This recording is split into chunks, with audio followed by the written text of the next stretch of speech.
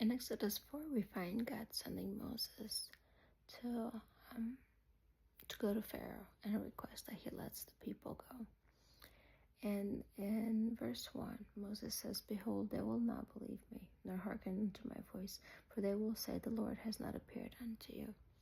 Moses saying, they're not going to believe that you sent me. God has told them who he was and what he needs to do. And Moses said, they're not going to believe me. So God asks him in verse 2 and says, "What's in your hand?" And he says, "It's a rod." And God said, "Cast it onto the ground." And Moses cast it onto the ground, and it became a serpent.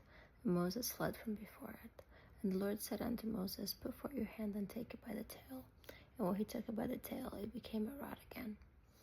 And God gave Moses a rod, at least according to this passage, as a sign, as a way to show and to have a witness and a testimony that God is the one who sent him and he is who he says he is.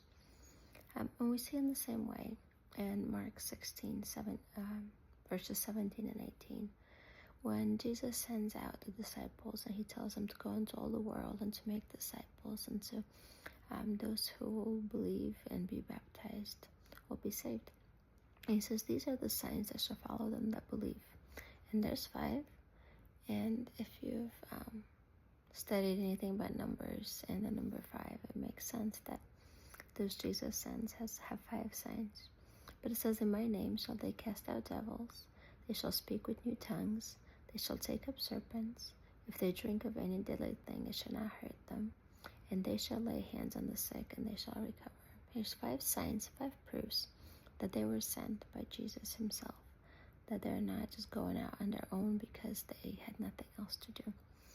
And we see that the same way God gave Moses the rod, Jesus gave his disciples, those who he sent out, signs that they are who they say they are and that Jesus himself sent them.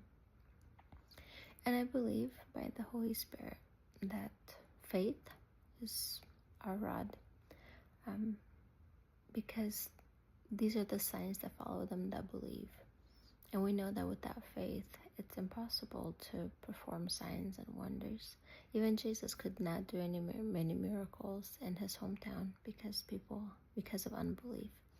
So you know that faith is at the root of signs and wonders and miracles. In the same way, the rod was what Moses had back then to perform the same thing, signs and wonders and miracles. We know in Romans 12:3 that God gave us a measure of faith. And that measure of faith, my friends, is our rod.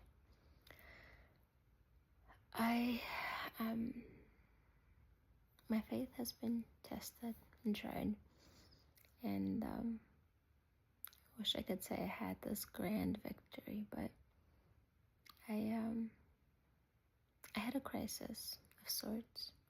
And I'm so grateful that the Holy Spirit is not offended when we ask him all the questions that are in our heart. And he answers.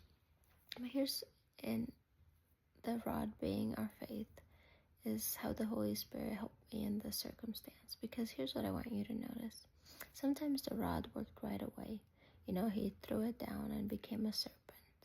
Or he, touched the water with it and the water split. There was an instant aspect to what the miracle working power of this rod.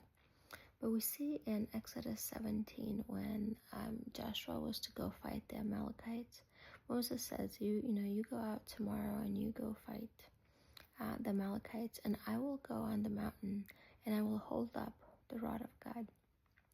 And friends, Moses didn't say he's going up there to pray to God. He's taken the rod, he's taken that,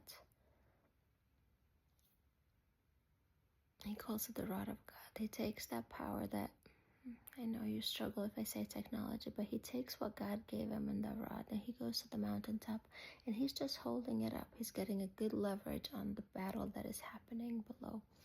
And as he's holding up the rod, the people of God, the Israelites, are winning. And look, it didn't say that when he held up the rod, all of the Amalekites dropped dead.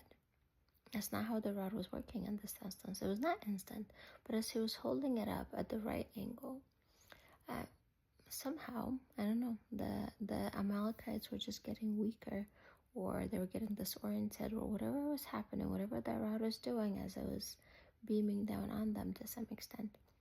It was helping the Israelites win. And that is what the Holy Spirit used to help me in this circumstance. Because there are times when our faith will work instantly. Just walk through the door as it opens before you. And there are times when you have to hold that in faith, when you have to hold the rod up high over your head. You have to stand there in faith and believe until, as it says in Exodus 17:12, until the going down of the sun, until that day was over, until the battle is won. And sometimes in our faith, we have to hold up our faith. We have to stand there believing, walk by faith and not by sight, until the battle is won, because it's not always instant. And then Exodus 17:12. Somebody woke up here. The Moses' hands were heavy, and they took a stone and put it under him, and he sat on it. And Aaron and Hur stayed up his hands, one on one side and one on the other side, and his hands were steady. Isaiah 35:3 says, strengthen you the weak hands and confirm the feeble knees. How? Job 4:3-4 says, behold, you have instructed many, and you have strengthened the weak hands. Your words have upholden him that was falling, and you have strengthened the feeble knees. We strengthen the weak hands and the feeble knees with instructions and with words of encouragement. So if you're struggling, if your hands are weary, if you have been holding up your arms and you're still waiting for the breakthrough, I pray that you're encouraged today. Strengthen yourself in the Lord, encourage one another, and win your victory.